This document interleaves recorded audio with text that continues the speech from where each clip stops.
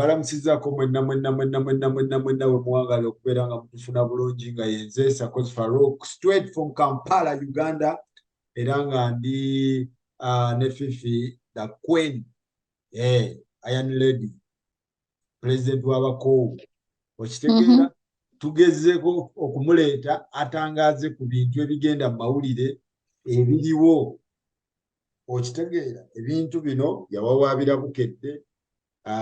Ebintu bino tutuukayo tuti eno gye tutuuse paka mu kooti. Kakati abadde tamanyi kintu kino kabwejumbira wuuno waali annyonnyole ye ekintu kino kyajja kitya paka katikati. Bino bye tulaba mu mawulire ebibaluwa ebitambula ebiva mu kooti bituufu si bituufu. Kati wuuno Fifi. Yes, Farouk. Mwanyinaze wandeke eno story ki ekigenda mu maaso? In less than a month nja kujja kubonda. Amina. Kyekiriwo. Nze ndi steady, mpozi gogamba otya. Ndikiriya nnyo mwannyinaze. Omanyi twali ejjubba eyo. Gwe yantowinga nga ndi ejjubba. Ng'akayumba kakutwala. Oh my God. Tole ejjubba etuli ginyumiza abantu. We have to. Kyekiriwo. Hi everyone, abali ku Gospel Live. Mugamba mutya amanya gange nze Fifi the Queen mukyala nsubuga omugwe nti atazzibwako era gwatasondwa. Okay. Ku nsonga y'ekipapula ekigenda ndi mu America mu njaga zaaki. Okay, tusonyiwe okwegiraagira. So Fifi ekikundeesezza wano ensonga y'omusango guno oba gw'obaddemu oba gw'olimu ne Bukedde oba gwawedde oba kati tulina bifunamu gwe kennyini. Omusango guno ekituufu kye ki? Gujja gutya, gwali gutya, guli gutya, gwawedde gutya bwe guba gwawedde? Tugutemeeteme, lwaki kyajja kitya? Mu 2022 omwezi gw'Omwenda. Ennaku z'omwezi ndoza zaalinga 27. Nali wange sawa zaalinga 4:30 ez'ekiro. Ndi mulabi wa firimu. Nali ku Kamuno Watch. Ndaba kidandali kyange nnyumirwa. Esimu zange nga zivuga nnyo, but because it was night nga nzi-ignoring. Kati eza family we zaalimu, so ne ngamba I need to talk to these people. So the first phone I picked, Mugoli bulungi, I'm like, yes, ndi bulungi, naga nsiri bulungi. Batugambye bakusibye wasuze mu kaduukulu ka police. I'm like, okay. Nasuze wa mu kaduukulu musibe ekyayogera ku ssaawa 4:30 ku simu. Ne magamba ye ani abyogedde. Tina Bukedde babiyisiza ku gataliiko nfuufu. Kati because nalize ndi mu Kamuno Watch ndaba movie, I had to switch to the station. Ndaba amawulire naye gaali live nasanga kapaati ako ka segment kayiseeko. So ne ngenda ku online y'olupapula ya Bukedde TV kuba gabeerayo. Ate gaba gakyagenda maaso nti omuntu ono akyasoma. Nenzizaako emabega eddakiika ntono. Story nenjiraba ng'omuvubuka gwe bayita ono ayagala ageegenya kazaala bwana yani oyo? Ani Mayinja. Paul Mayinja. Nga essebo nga yagisemye story mbuto subwa Bukedde w'enkya Fifi the Queen asuze mu kaduukulu ku gwa sipapa. I'm like, okay. Yo Fifi the Queen omulala ng'ekifaananyi kyange. Baateekako n'ekifaananyi. Yeah. Ne bibeera nga biri funny.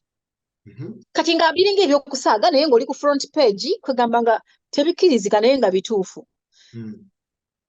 Ne ngamba okay. Mwami Subuga yali waggulu nengenda ne mugamba otegedde nekintuuseeko nti nno nedda cause he was sleeping. Ne mugamba bampandise banjogeddeko ku Bukedde TV mu gataliiko nfuufu bampandise nako ku front page nti nno bansibye. Nangamba bakusibye nga bakusiba dda bakusibye nti bansibye kati nsuze mu kaduukulu. Nangamba oh God, what is happening? Nangamba mpa ku simu yange naye nagendako ku simu yange nga message ziri kuli. So nempirayo wansi cause nali ndi mukulaba film. Amasimu gange nga gavuga. Kati I called my lawyers. Nembagamba nange ABCD has happened. Ne bangamba genda ku platforms zo clear the air. Ogambe bane sinakwatibwako ne ku status yange nebitekako. So I wanted my family to relax. Nze sinafunako ku buzibu. Mu post yange gye nakola eyo ekiro ekyo I tagged Bukedde TV. Nentaginga Bukedde olupapula ne New Vision. Nembagamba man kiki era ngaasaga nembagamba man kiki kye muyisaawo nze tibannasibako. You all have my contacts. Watch temwambuuziza. Enkeera abaloya bange nengenda ku bakuba bangamba oteekayo ebyo tomorrow come to office nengenda ku office nembawandiika intentions to sue netuweereza vision group. Kubanga omusango gwe baali bantaddeko munene. Ku muntu alina ebirowoozo bye binenemu okusinga ku by'abantu abalala baba bakulabiramu. Guba munene the point oyinza okutuuka okwagala okugenda ewantu nga bagamba oyo yalinga bba n'ababbi b'emmundu. So ne bagamba I need to be protected here kubanga bye ebintu first of all n'omusango kubanga nze sipapa bagenda omukwata nali ndi bweru. Era story nagiraba nze ndi Bulaaya so mala kuddayo mu ggwanga n'eryoka bampandiikako ebyo. So when I talked to my lawyers, never lawyer bamwami Nsubuga, there were 2 law firms. Never gamba no to collect intentions to sue to love what they are saying. Now where is a vision group intentions to sue? And those are never was answered. Era bamaliriza bakubi ate story endala. Kati nengamba n'amateeka bange ne bangamba tuzzaako ki ne bagamba tuyingire kooti. Because nali manyi bwe mbawa intentions to sue bajja kukola damage control. Ekitaakoleka. So ekipapula bwe kifuluma omuvubuka oyo oba muvubuka oba musajja I don't know because I've never seen him. Eyawandiika story eyaleeta story eyo. Ng'asuubiza company nti alina obujulizi nti bansibira e Kabalagala. Ayina ebifaananyi nga ndi ku poliisi e Kabalagala. Ayina conversation yange nga bansamoninga. Mbu bansamoningira ku WhatsApp according to him. So n'abasirikale be yakwotinga ne ngenda ku kitebe kya poliisi gye baloppa abapoliisi abali b'enguzi. Cause nagenda olaba guno omusango either balina kye baagala okunnyingizaamu oba kyali kigenderere kuba nti nali nvuddeyo nga baagala kunkuba bandike nga sirina we nnyimiridde. Ebiseera bye wali ovuddeyo? Nali navaayo dda. Kati kye nakola ne ngenda nangamba alumiriza poliisi y'e Kabalagala nti ekyo kyangu nnyo ne ngenda mu batwalya poliisi zonna. So nasooka kugenda Kabalagala nendaba akulira Kabalagala police station first. Ne mugamba mukama wange bangambye okusinziira ku mawulire ga Bukedde kopi n'engimulaga mwagambye omusirikale wo gundi ne gundi bye sijja kumenya mannya wano. Bayogedde n'omusasi w'amawulire wa Bukedde ne bamukakasa nti nasibiddwa. Njagala bukakafu kubanze gwe mwasibye sikimanyi. So nangamba Fifi like are you joking? No, actually yangamba this is not TV where you people joke about everything. Namugamba nedda. Nangamba wa receiving ze kekipapula nga kiriko signature yange nkikuyita konze nedda sebo nakubidde ku simu. Nangamba omanye engeri poliisi zesamoningiramu abantu ne mugamba simanyi kubanga sibirangako ku poliisi. Never been summoned. Oli Kabalagala? Ndi Kabalagala. Nangamba omuntu yenna okumusamoninga tulina okuba nga tumuwandiikidde oba nga tukubye essimu ne tukuyita. We don't summon on WhatsApp according to his story. Ne bayita omusirikale ng'ali mu field officer osi nangamba ojja kudda. Yali osi if I'm not mistaken. I don't know. Saagala kusobya bitiibwa. Nangamba ojja kudda. So when I called my lawyers, baali balina okunsanga awo ne mbagamba nnyingidde no office nga temunnatuuka bagambe bati ne bagamba nedda. Kati tweyongereyo tugende ku poliisi ekwasaganya empisa n'okulya enguzi mu poliisi. Nengende naggo. So when I went there, I presented my case, ne mbalaga olupapula lwa Bukedde, ne mbalaga my intentions to sue. ne mbabulira buli kimu ekyaliwo ne bagamba tekisoboka kukolebwawo poliisi tesamoninga ku WhatsApp banange so yakwotinza ani ono omuntu ono ne bakubayo ne bayita abasirikale abaagulimu ne bakola statement zaabwe nga buli omu yeegaana ne baleeta ne files ezikukwata ku musango ogwo nga erinnya lyange teririna weeriri so bwe namala okufuna eyo confirmation from ekitongole kya poliisi ekikwasaganya empisa n'obuli bw'enguzi bwe bakiyita ne mbitwalira baloya bange ne tweyongerayo nali manyi nti no mu nnaku nga 3 vision group ejja kukola apology yakikola because maybe balowooza nsaaga balowooza ndi omu ku bantu abo bajjanga babakanga obbaloopa ne batabaloopa oba ne bagamba she's just a woman you know people have that mentality of she's just a woman I mean talina kyatugamba so we baba twalira ekipapula ekiraga nti omusango guwaabiddwa ne basayininga ne bakkiriza nti bareceiving ne nsigaza copy ne basigaza copy yaabwe I started receiving calls from my former bosses besaagala kumenya mannya and I have evidence era singa vision group tekola apology ngenda kuta audio ezo zonna ez'abakama bange ssekinnoomu buli eyankubira ku ssimu waliwo neyankubira essimu nga bali mu meeting omanyi bagamba 10 terikyawoomu nanteekako nangamba wuliriza meeting eno gye tulimu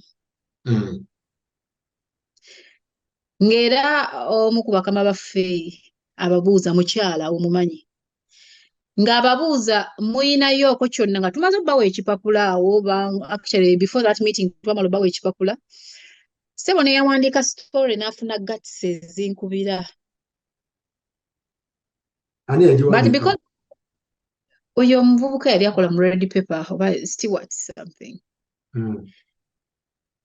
kati kubanga nali sirina namba ekola ID nendeetera erinnya yiga stewart I'm like oh so this is the number of the guy yawandiise saagikwata I intended yakuba like more than 100 times saakwata but bakama bange abalala baakuba bo nakukwata cause nali sirina nsonga nabo eŋŋana kwata simu zaabwe even when I had left nali nga nyumya nabo nga nkyama nawo ne tuseka you know ne neeyongerayo so abalala bakama bange baakuba nakwata buli omu nampooya wuuye bibyo but because nange nali muntu nga nkyanyiize ne mbagamba bwema bulina kye mugamba mukigambe bannamateeka kubanga nabawanze ennaku zange twogere temwakikola kati omusango nange ne nguteeka mu b'amateeka so mwogere nabo nze bwe ndi okuwuliriza bakama baffe ndowooza ne bategeera nti kiri serious kati bwe bategeera nti kiri serious baatuulako mu meeting nga bo meeting eyo kyegambye omuntu omu gye yankubiramu essimu nangamba gwe okuliriza ekiri mu meeting wano nga mukama waffe omu omukyala yali mukama wange omu omukyala ababuuza banaye muyinayoko ekintu kyonna kye twekwasizaako kale poliisi bondi kale statement nti ekakasa nti omuntu ono naye ng'omuvubuka ono yawandiika kyabagamba ye alina evidence omusirikale yamusuubiza obbimuwa kati bwe nabiwuliriza bagenda okutuyita mu meeting esooka ey'okuteeseganya nga nanyiize nnyo ate ne ngamba nange njagala ndabe ku bondi eyo oba ku statement eyo gye nakola ku poliisi without my presence kubanga sikitegeerwa because bagamba gayo ne laba mu red paper ne ngamba bana baatukubanga emboozi mu red paper nga Aleese red paper style ku muntu eyakula ye yali amanyi akyakuba Fifi oli nedda Fifi red paper yatukubanga nga bamanyi n'okukubira essimu n'akugamba tugenda kukuba omwezi mulamba mulirira ne bakuba omwezi mulamba okay so kati alabika yajja ne mentality ye if not nga my former bosses bakigenderera bankube bandeke nga sirina wenyimiridde because baluku nze navaayo ku Bukedde nga sirina gwe nvumye nti gundi muvumye nakolera ku makya ne nkwata amakubo gange nekola ki nentambula ne ŋŋenda era mu statement zange nabagamba nze ensobi yokka gye nakola mu maaso gammwe kwali kutuuka ku makya ne neegoba nga temunnangoba and the reason why I left nawuliranga ebiwawaatiro byange bigezze sikyajya mu luggya lwa company I had to fly and go ng'omuntu nti nze saasayininga lifetime contract nti nina kubeera So ne tutuulako mu meeting eziwera zaalimu bakama bange. Buli omu n'ambuulira naye era omu ku bakama bange namubuuza singa mbadde muwala. Wagenda ku vision group n'otuula nabo? Yes, baakubira baloyazi bange ne basaba tumiitinge ku vision group. So baloya bange ne bagamba it's okay. We are going to ask her to come because nze nali njagala tutuulire wa lukutana. Ne pleadinga. Ne ngamba it's okay. We see because nze kye nali njagala nali saagala lutalo na vision group. Because despite the fact nti no bampandiikako njwanjwa omubi ennyo ku front page bandera. Yeah. Bandera. Ate nabo mukundira nabakolera. Kino Faruku nkyogera nga kiri ku record. I'm among the few presenters abalina kye baagatta ku company. Bukedde TV yatandikira ku ffe mu biseera by'abawandiise ku Kabaka ffe ne tukubwa amayinja mu field. Ku biseera bya maama wa Ssemakokiro ebyo. Kati bwe tuba nga tulina naffe kye twagatta ku company kale bwe baba baŋŋambye nti no Fifi yabbye mumukubire muwulireko oludda lwa Fifi. Muleme kukuba ludda lumu kubanga kino ekintu kinenemu si kye kino Faruku sookera ku makya ne bakugamba Fifi yayenze ebyo bya bulijjo babiwandiika. Fifi yanobye ebyo bya bulijjo tebimbazaringa nako. Naye bw'okeera n'ogamba nti nno Fifi baamusibye ku gw'okunyagulula n'emmundu n'oteeka ku front page nga nakukolera more than 10 years obeera mubi. Nakolera vision group okuva mu vaka yange ya senior 6 natula senior 6 mu 2008. Wabakolera abasajja. Ne nkolera vision group okuva ku radio ne nyingira olupapula ne ngenda mu TV mpaka we nagamba salaamu aleikum. Olwo nga ki ekikuddusaayo? Kuba n'abantu bakitegeera. Faruku nakugamba mu interview gye wankyazaamu nali nkuze kye kisooka ekyokubiri nga ebirooto bigezze. Ekyokusatu nga byempagira company si byewagira in certain things nga we crash somehow n'amateeka ga company. Nga bukasawa sisobola kubeera nga mpoza. Nina organization zenkolera Faruku nti nakati era nze ensonga endala eyansindikiriza ogenda mu court it was because of those organizations. They give me a lot of money. Ziyinza okuba ntono ku bo naye nga ku nze zina kye zingattako. Okuziluzinga kubanga bankuba naakadda by then nali naakava okuhostinga events you remember. Ne bankubanga naakadda Faruku. Ne ngamba bano abantu baagala bano abantu bamndabemu ebituli banzijeko kaddiiru okitegeera nti gw'onkuba otunda olupapula lwo naye nga kyonkubisa kya butemu nti Faruku nakugambako mu interview y'emu nti ngenda kwesimbawo. Ogenda kiramuke ku makyo gye weesimbawo nga olupapula lwa Bukedde lwe batenda olupapula lw'eggwanga lwakuwandikako nti obbisa mu muntu. Kondo. Nti literally nze baali bankuba buli angle but simply because I left. Kubanga wobabuuza ensonga endala eriwa. Nze nabeera ku company saakwata wadde ku 10 kya company ne mu records zaabwe tebakirinaamu. Nti baba ku sente zaabwe. Kwe baali sinzidde ne bagamba yali mubbi teyali. Okitegeera? Yeah. Naye byonna nabirowoozaamu ate n'ekirala ekyannewuunyisa nti basobola kunkubira nga bamaze kunkuba mboozi mbi. Tugenda kukuwa empewo ojja okole damage control. I'm like naye mmwe bantu mmwe mukyampita kafifi kali nkola nti damage control ku kintu nze kye sinnakola. Mmwe mwekoledde story yammwe mmwe abakoze story yammwe mugikole damage control mugimalirize. Kati nze ompita awo onteeke mu lugambo mumpe eddakiika emu n'ekitundu ebyo I am beyond that. Kati bo bantu bagamba nti bagenda kuwa empewo ojje wennyonnyoleko. Oba okitegeera nti twali kuyiikiriza nti bo baasigalanga bandabanga kali kafifi kaabwe ke baatandika nako aka senior 6 vacation. Nakula. Faruku ndi mukyala mufumbo legally married. Ndi maama. Ndi sister ndi mwana nina abanzaala families enjawulo nze I grew up from different families. Eziyina ebitiibwa byazo. Nti nabo bennyini babateeka ku nninga kaba bakubira amasimu muwala wammwe simply because story eno emu ey'omuntu eyakola okwagala okuyisaawo ekiki. Waliwo okugamba mu lugambo nga bwe ggambye nti no mbu olugambo naye okola otya baseless story n'ogiteeka ku front page y'olupapula n'ekifaananyi ky'omuntu nga story yo terina wadde akalikonda kwe weesigama bw'oti wabula oli ku mbu. Kyenneewuunyisa na nnyo era nagamba omu ku bakama bange yali omu ku ba editor ne mugamba nali manyi gwe wali mu ofiisi ne mugamba mbadde ngenda kubeera so disappointed kubanga ffe twakolanga story ne ziyitibwamu abantu nga 6 ne bakuddisamu ne spelling y'ekigambo kaleeta akamu akabulako kati byalagawa byakoma ku ffe. Ffe twakolanga stories abo bamwami Ssebbowa ne bazitulamu ne baddamu ne bazeediting Bahajati Adija Nabukenya ba Anet ne baddamu ne bazeeditinga kubanga babanga bakama bamwe ku levels ez'enjawulo. Nti kye neebuuza era nakibuuza omu ku mukama wange ssebo eno yayise mu ngalo zo bwe nava wano naleka nkunyiizizza neetonde nagamba nali ku liivu ne bambuulira eyalimu ne ngamba sifani neegenda ku front page ng'eri baseless. Is it because watunula mu mawulireko nga tolinamu kitunda lupapula? So after the different meetings ze baatuuza ne abamateeka bange kati ku vision group we mwatuula ki ekyaliye mwali mwogera ku ki? kosi bakama bange nga baŋŋamba tusonyiwe tusalire ku ssente ne mbagamba nze nno ekikulu si ssente.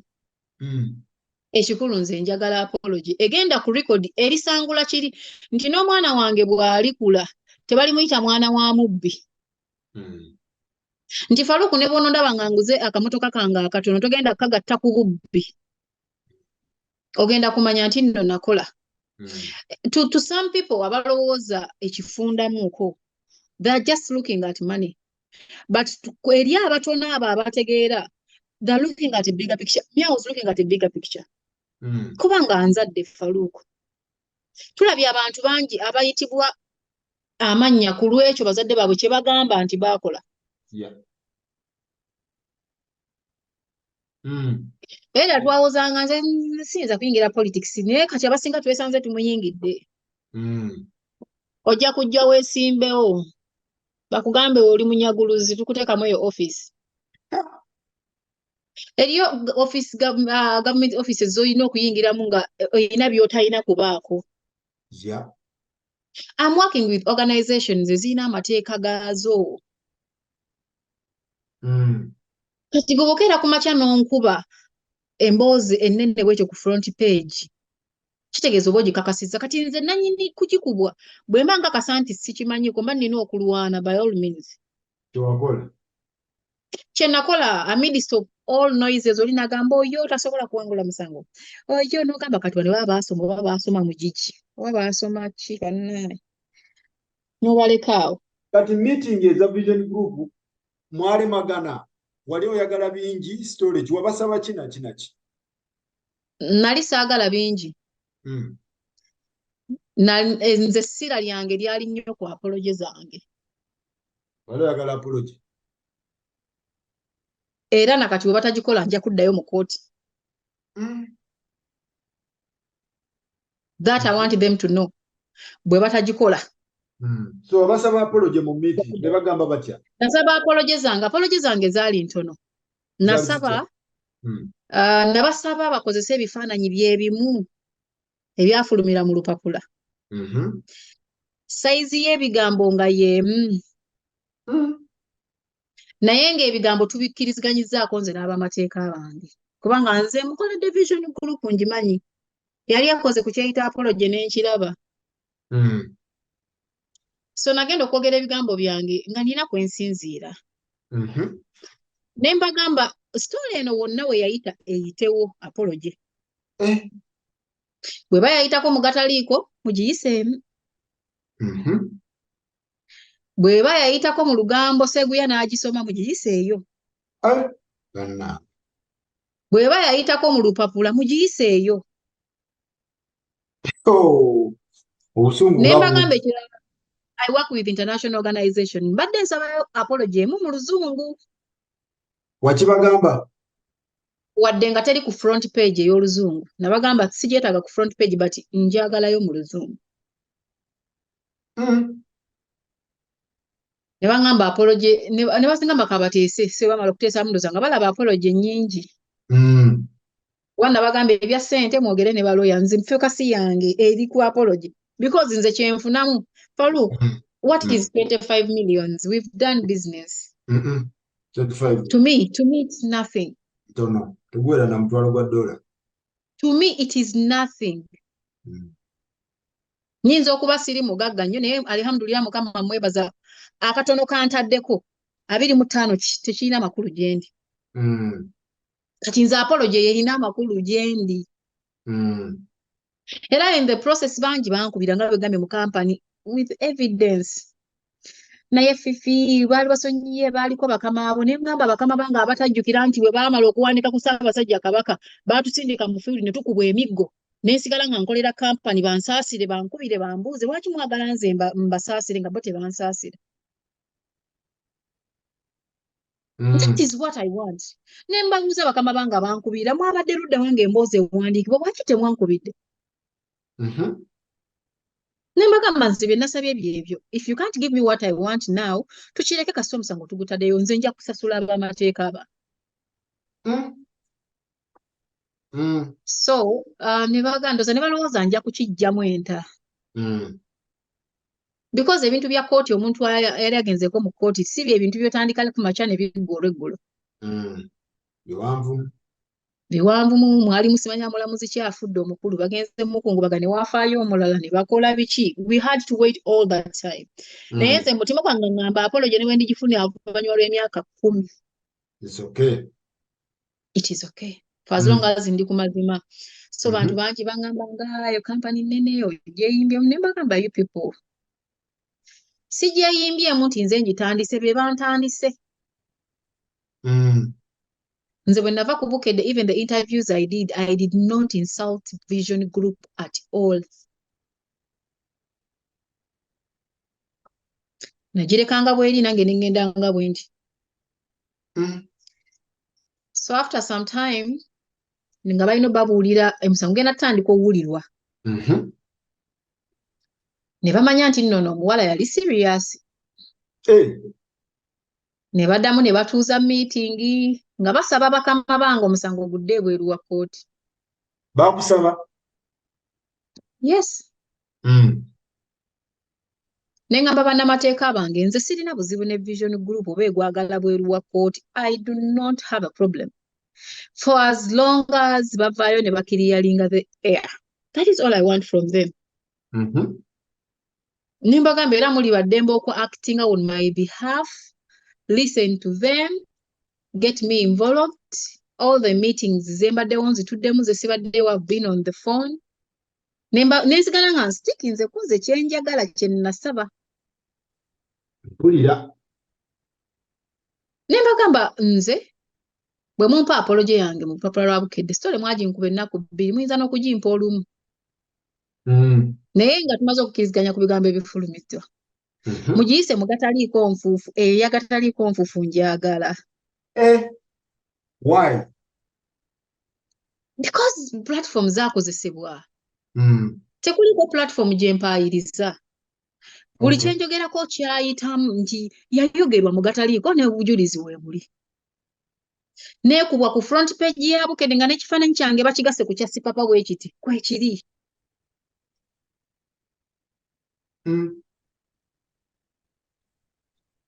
So, ne basaba ne batuukirira omulamuzi agulimu ne bamutegeeza ssebo w'ekitiibwa omulamuzi tusaba omusango guno tuweemuuko akaseera nga tonna tuyita mu kkooti ye ey'ekitiibwa twogerezeganyeeko ne gwe twasobya. Omulamuzi n'abagamba mbawadde ebbanga bwe riti bwe ligaana omusango guwulirwe. Ebintu bingi bye sigenda kwogera wano for now as we agreed ebyakolebwa bingi byatuukibwako bingi ebyakkiriziganyibwako. Era oluvannyuma lw'okuyisiŋŋanya ebirowoozo n'entuulaganya ze twatuula twamala ne tukkiriziganya. Naye nze nga nsigadde nsiikinze ku kyapology yange. Bagamba ebya ssente deal with the lawyers, nze mpa apology yange. Ne tukkiriziganya nga bakkiriza bajja kukola apology yange. Era mu kukkiriziganya Vision Group n'esayininga n'eteekako ne stamp ya company. Nange n'eteekako omukono n'omukulu eyaleeta story ate munaye yasoma ennyo amawulire naye n'asayininga. Eyali editor in chief ndowooza gwe ssaalabye ku signature obaye.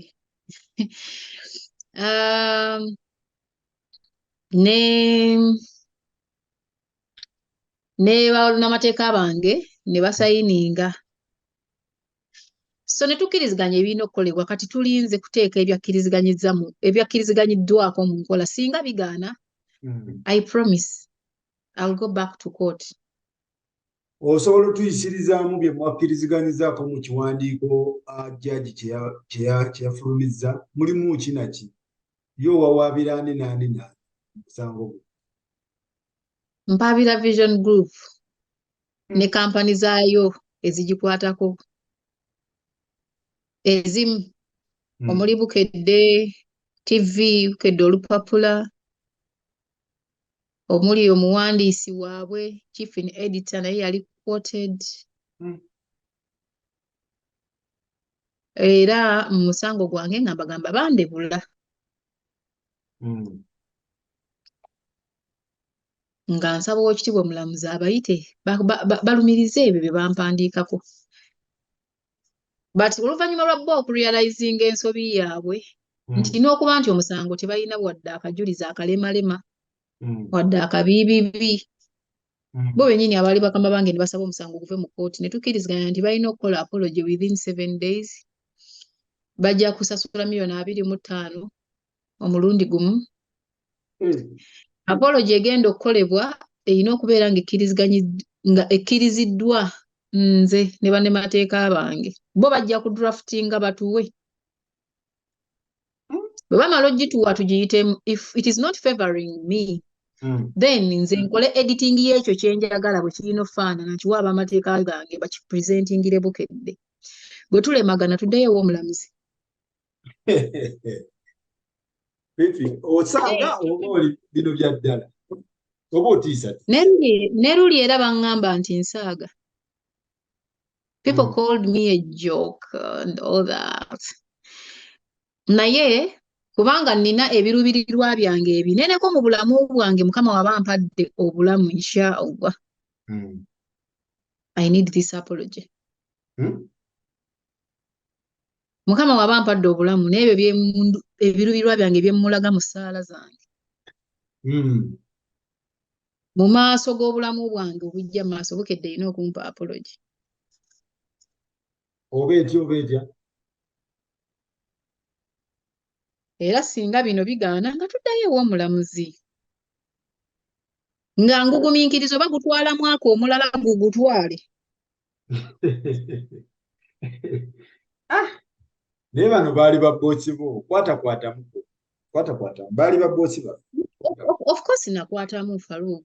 Kye kiri kye nkugambye nti nno ng'otunuulira ekyokuba nti nno baali bakama bange, naye nange nali mukozi waabwe. Ate alina kye nabakola. Ate ababbako nti oba yatubba. Ate abavuma nti bwe wavaayo watandika okutuvuma, you know. N'otulebula.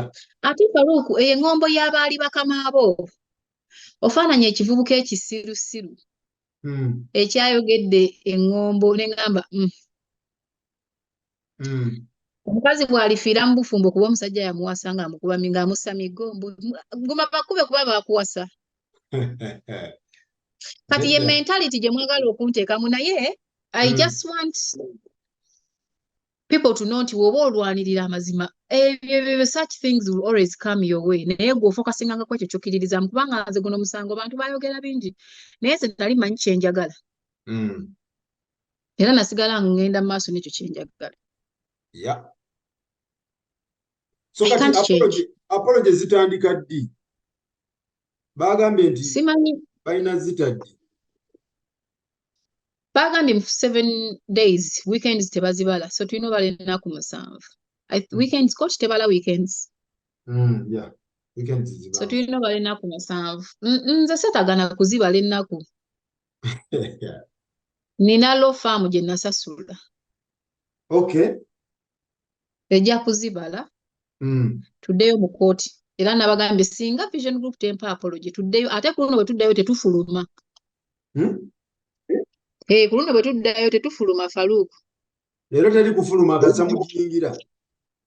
tugumalire awo kino kyo tukimale kiggwe Togenda kukkiriza fuluma.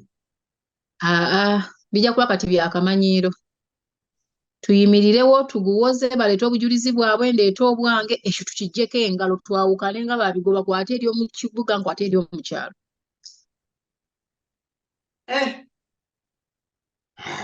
because olw'okuba nti no waliko mukama wange tekikuwa lukusa kuntuga buli gw'onnengedde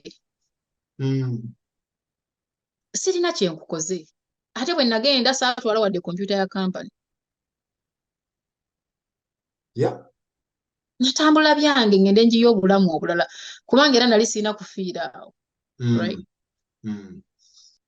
so nze ng'omuntu ndi musanyufu nninda apology era njala kwebaza bannamateeka bange mulimu Lukutana Lugunda mulimu lawyer Edgar mulimu lawyer Mayombo Daniel n'abalala bangi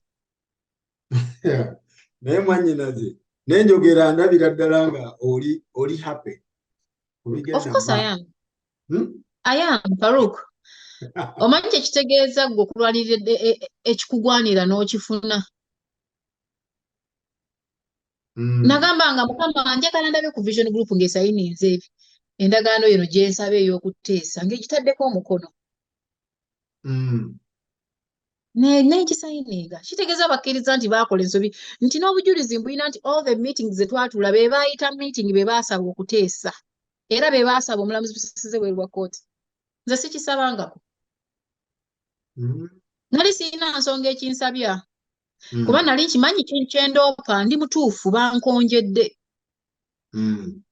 sinabya sinabya akasana bwe kya mu lugambo eri wabula ku front page gw'okimanyi gwe manyi nakeera ku makya nga ndi ku front page ndi mu kibuga banzu kati oli agamba nti waliwo agamba nti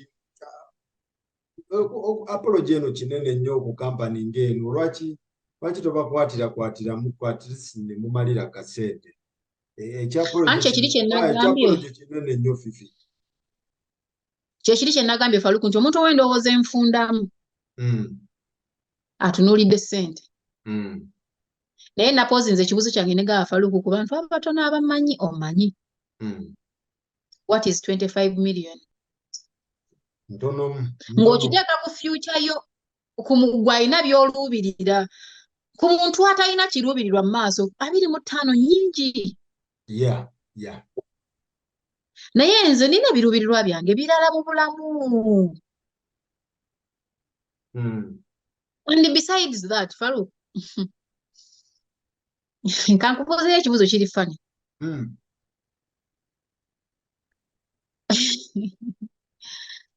tekisina kyakweraga naye nkubuuza reality ndi ku ssente ezoyogerako 25 mu luggya lwange eriyo emmotoka eri wansi w'emiliyoni 25 X5 eri BMW eri miliyoni si 3 253 X5 eri bwe nali natambula first class Farouk how much is that sikakaaga ka dola kati what is 25 million 25 abantu bazitambula ezo ntono so ebintu ebimu mu bulamu bw'obeera oli mu bwetaavu owulira kinene naye bw'oba olina ebiruubirirwa bye ebinene nga bwe nagambye nti nze nava ku mulimu nga tebangobye kati omuntu atalina birooto binenemu agamba ova otya ku mulimu ova otya ku TV naye munnanga omulala ng'alina mu katale nno naye nga yalina ebirubirwa bye n'agenda atandika okwekozesa n'amanya ku bulungi bw'okwekozesa ajja kumpagira agambe Fifi kyewakola kituufu genda weetengerere tambuza obulamu kiggokero ŋŋambe nti nno miliyoni 25 nnyingi nnyo ku baali bakama bange kati bo okunteeka ku front page ku gw'obunyazi tekyali kinene ku muntu eyabakolera okuva mu senior 6 vacation siina kampani ndala gye nkoledde wakati awo Farouk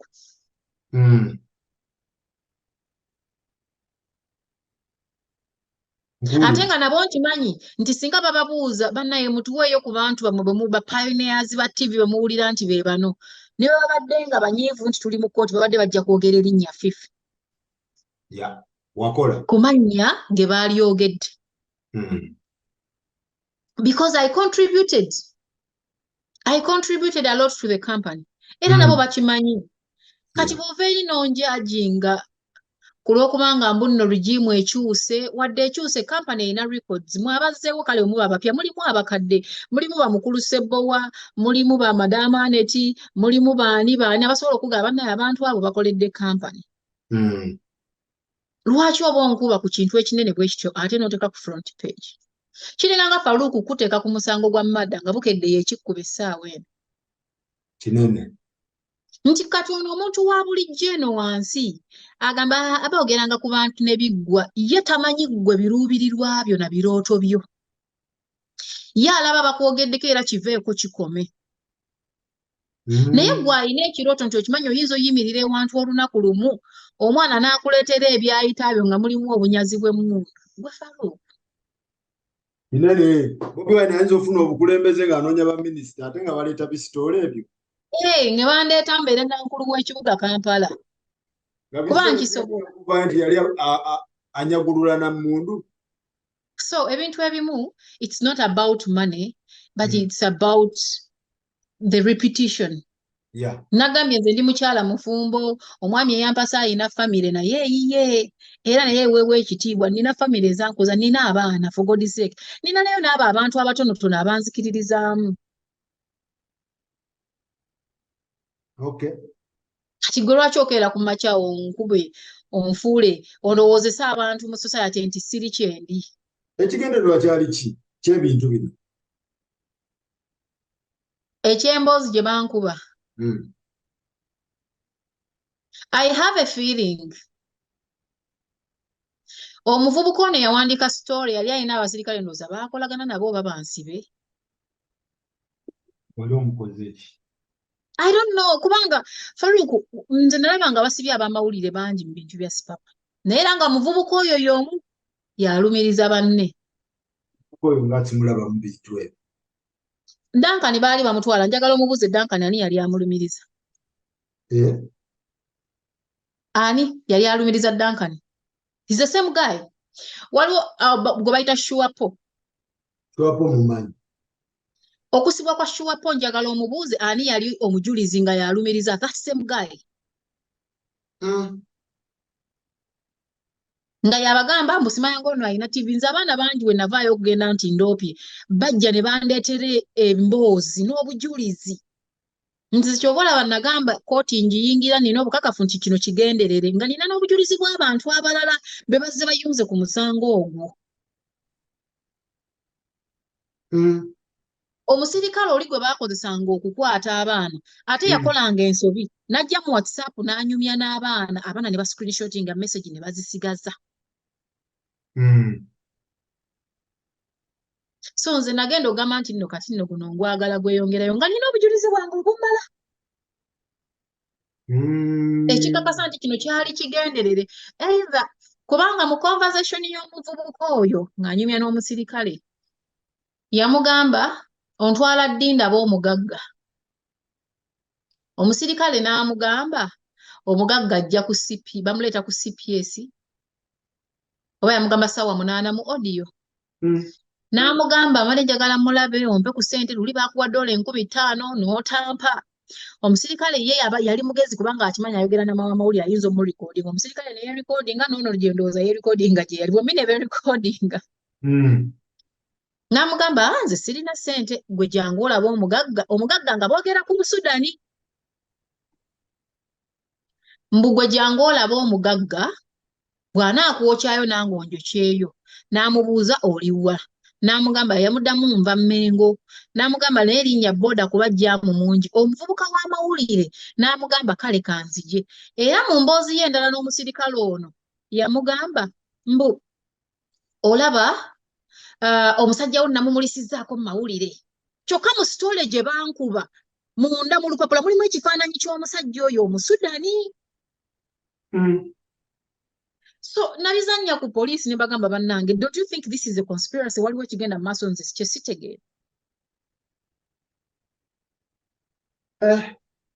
So later on abasirikale bagenda okumala okwenyiga baleeta ekifaananyi mbwate kirabika ono yatuwa ekifaananyi kifu ate sinibagamba nze tebinkwatako. I want you to clear my name. Mugende munoonye omutuufu gwe munoonya ng'eryange mulikoze eki?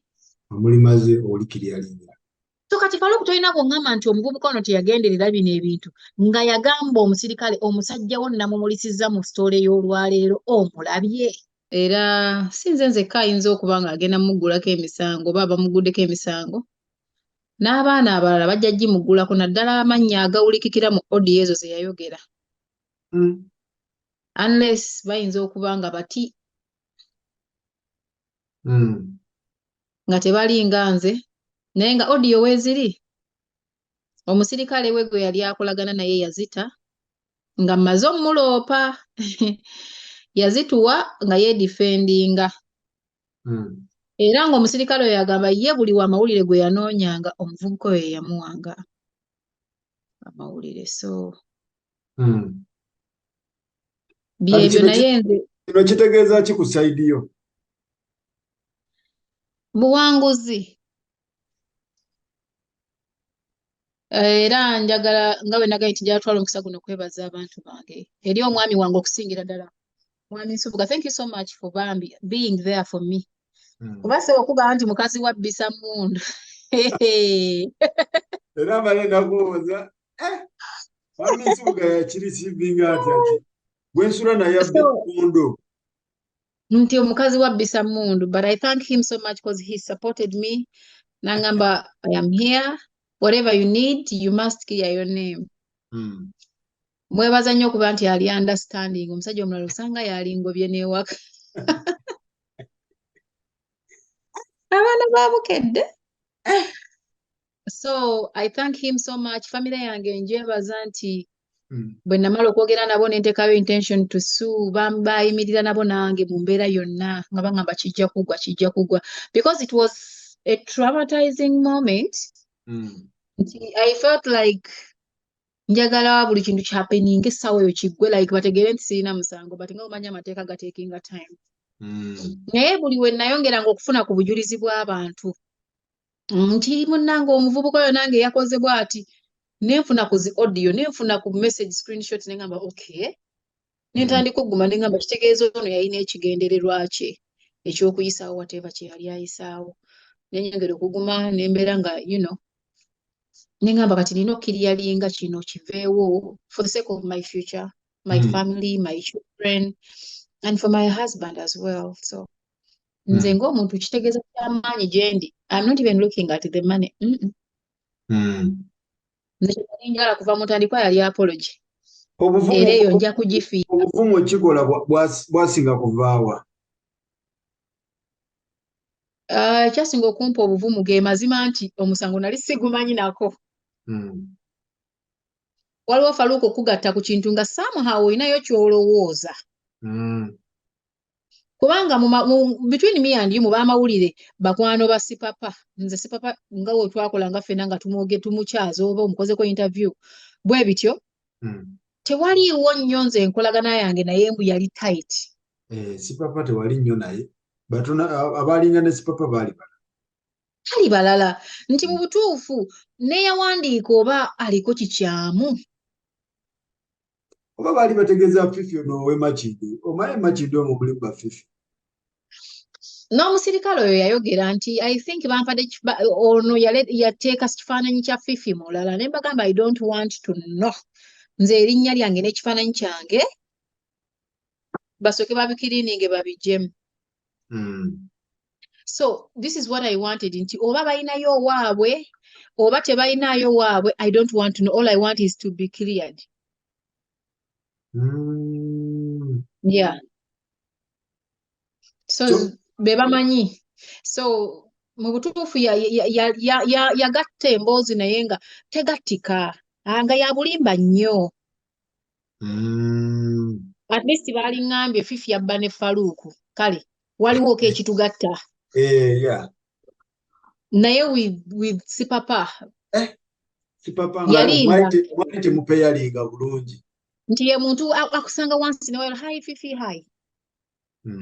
nga abamawulire abalala bwe bayogeranga naye ne bakola interview. I mean yalimba nnyo. Sipapa baali bamutambulirako abamawulire baabo baali balala. Ino baali balala naye kugamba nange niwuunya nnyo okulaba nga nze naye nga bwe nagamba ndi omu ku bakazi abakola amawulire wano oba oyagala oba toyagala ndi omu ku bakazi abasobola okugamba nti njagala omwezi guno mugumale nga munjogerako ne mugumala. Kati kitegeeza either kampani yange yali mu crisis ng'empapula tezitambula ne banoonya feesi enaazitambuza ne bangatta. Ne banyiga batoni. Naye bangatta bubi. Bangatta bubi. So kasita amazima gamaze ne gavaayo. So bino betulaba sibalinaako olutalo.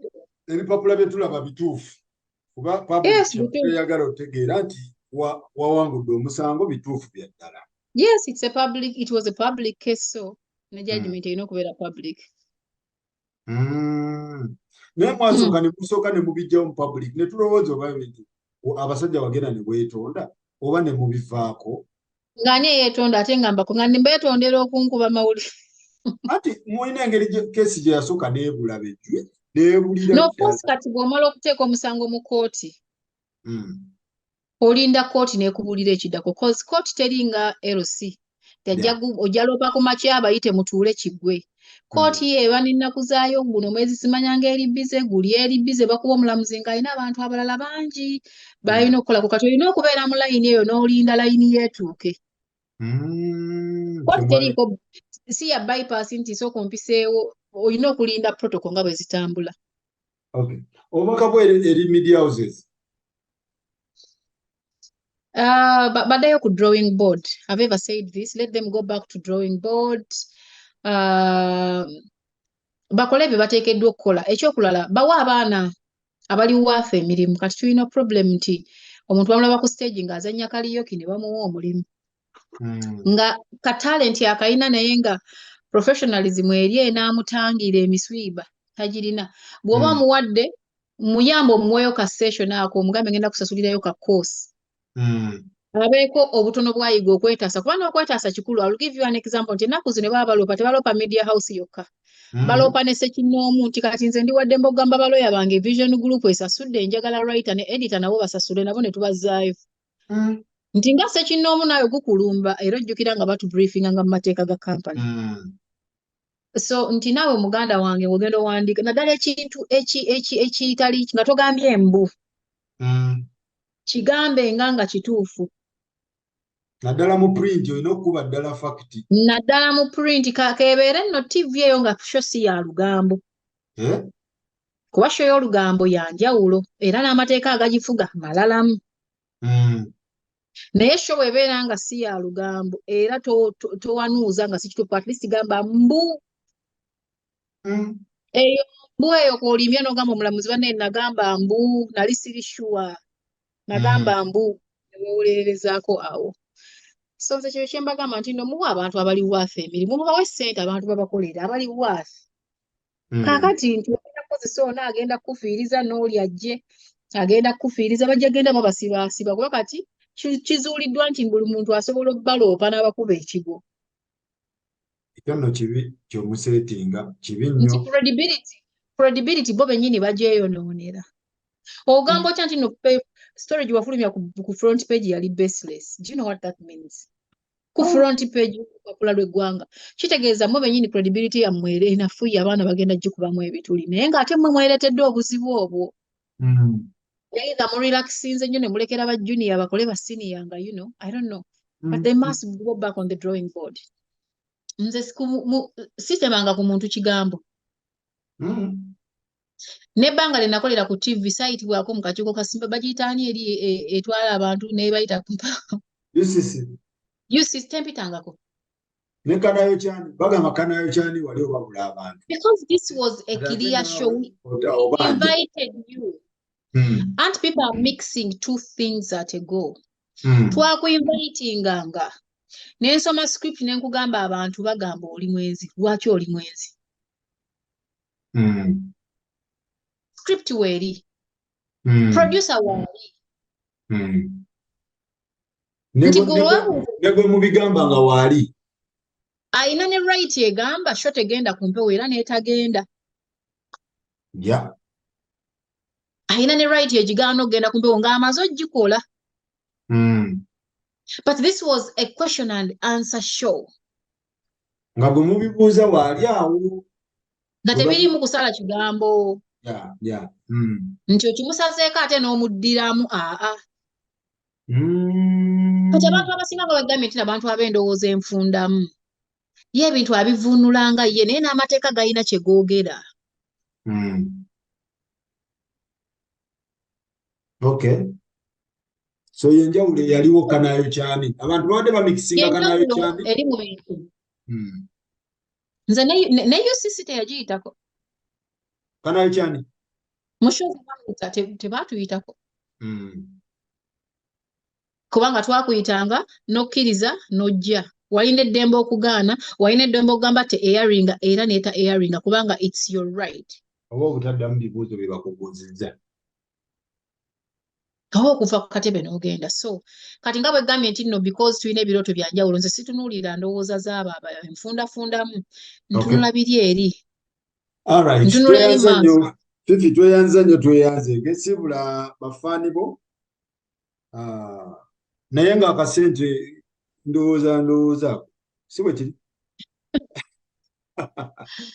Faruku alikutta alibeera mu sente nze nsinga kwagala apology apology bagikuwe naye akasente nze tondeka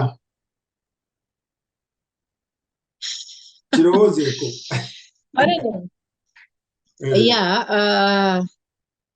nze ng'omuntu apology is my win not even the money just like I said mu ntandikwa Faruku nti what is 25 million ng'okigeraageranya ku future y'omuntu ng'ogitaddeko ekintu ky'obunyazi bw'emmundu oba ekyobusi ebyo bintu binenemu oba kitegeeza omuntu omunyazi w'emmundu n'obutemu oba osobola obutuusa ku muntu in the process abawagizi bange if I have them. You have them. Thank you so much for loving me. Okay, yeah. Thank you so much for loving me and believing in me. Naye nga bwe nagambye njagala okwebaza nnyo omwami wange ne bannamateeka bange mwebale nnyo mwami Subuga obaddewo oyimiridde nange n'ogamba beetaagisa ki who do you want to talk to where do you want to go you've been there thank you so much my lawyers mbebaza nnyo mbebaliza ddala ne bakwano bange ne family yange ababaddewo and one thing I want to tell people amazima ogayimirirangako you don't need the choir or a village to win something weetaaga amazima gonna Katonda okuwangula ekyo ky'owulira kyokkiririzaamu kubanga oba okimanyi nti nno kyekituufu tewakoze musango and people abawuza tajja kuwangula mwasomera ki ebitabo byabamenyera ki kubanga ate because omuntu eyasoma alina okubanga reasoning ebyenjawulo muba mu discouraging abantu muba mwongera bungi bwa kunyigiriza abantu nti buli muntu ajja kubeera intimidated okitegeera so you let people go do what they think is right mostly kasa kibanga kikwasaganya ku bulamu bwabwe naye nga kituufu ekipapula yes ekipapula kituufu vision group yasabye tuteeseze ebweru wa kooti n'ensayininga ne bannamateeka bange era nembawo obukwakkulizo bwange ninze we batabugenderako tuddeyo mu kooti mutima mulungi alright beera bulungi mwannyinaze kale mukwano